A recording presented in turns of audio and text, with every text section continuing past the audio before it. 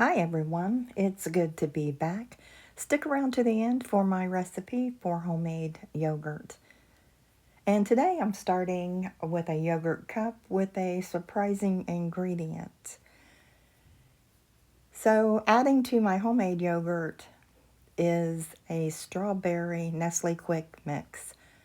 You don't need anything else unless you want to add more.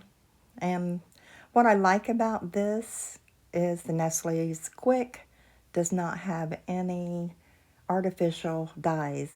Add 2 tablespoons. Also, it tastes very good. And you can go ahead and eat that as it is or add some berries and nuts, some granola, just however you like it. Either way, it's delicious.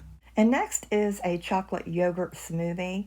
And to a glass, just add 1/2 cup of milk, 2 tablespoons of the Nestle Quick chocolate drink mix, and add 1 cup of the yogurt. Mix all this together.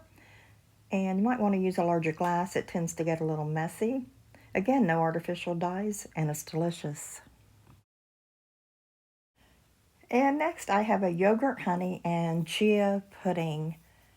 And I'm using Manuka honey, but use whatever you have. And I did melt the honey in the microwave. I just heated it a little bit for like 10 seconds, just so it was easier to mix with the milk. So you want 1 cup of milk and as much honey as you would like. I added a tablespoon. You can add more if you like. And then I added 1 tablespoon of chia seeds. To that I added 1/2 cup of the homemade yogurt. So mix this all together and then cover it and refrigerate it for 1 to 2 hours. The longer you refrigerate it, the better, because you do need to let the chia seeds soak in this mixture or any mixture that you're making, because the chia seeds will cause digestion problems if you don't let them soak. So please do that. So after an hour or 2 or even overnight, you have a nice creamy yogurt, honey, and chia pudding. This homemade yogurt is an excellent topper for a baked potato. A great substitute for sour cream. Just put a dollop on your potato and you're good to go. No need to go out and buy extra sour cream. And now for the homemade yogurt recipe. In a large heavy bottom pot with the heat on medium-low, add 8 cups of whole milk and make sure it's whole milk. And you want this on medium-low because you do not want the milk to scorch and you don't want it to boil. You also need a thermometer because you're going to slowly heat this up to 190 degrees Fahrenheit. Stir this constantly until it reaches 190 degrees Fahrenheit and then remove it from the heat. After you've removed this from the heat, let it cool down to about 115 to 120 degrees Fahrenheit. And if you've never made this before, then you don't have a starter to use from a previous batch. So you will need to buy some Greek yogurt. And you can see what I bought here. You don't have to buy a container that big. That was just all my store had available for the sake of this video. So you only need 1/2 cup of the Greek yogurt. And you want a good Greek yogurt because you do want the live and active cultures that are in the yogurts.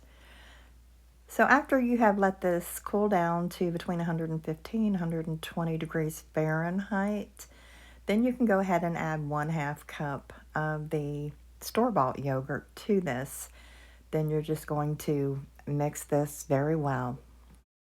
After this is thoroughly mixed, you can pour this into a bowl or a different container, but preferably glass. And then you're going to cover this and let it sit for at least 8 hours or overnight to let this set up well. And you can put this in, you need to put this in a warm place. Some people just put it in their oven and turn the oven light on. I actually put it in my laundry room because it's always warm in there. That's where my hot water heater is, and my furnace. So it stays at about the right temperature for this. You don't want to get it too hot or you will kill the active ingredients. And so, as I said, pour this into a glass bowl. I should have used a bigger bowl, but this worked out. Cover this with plastic wrap or whatever you have. Put that in a warm place and let it sit for at least 8 to 10 hours.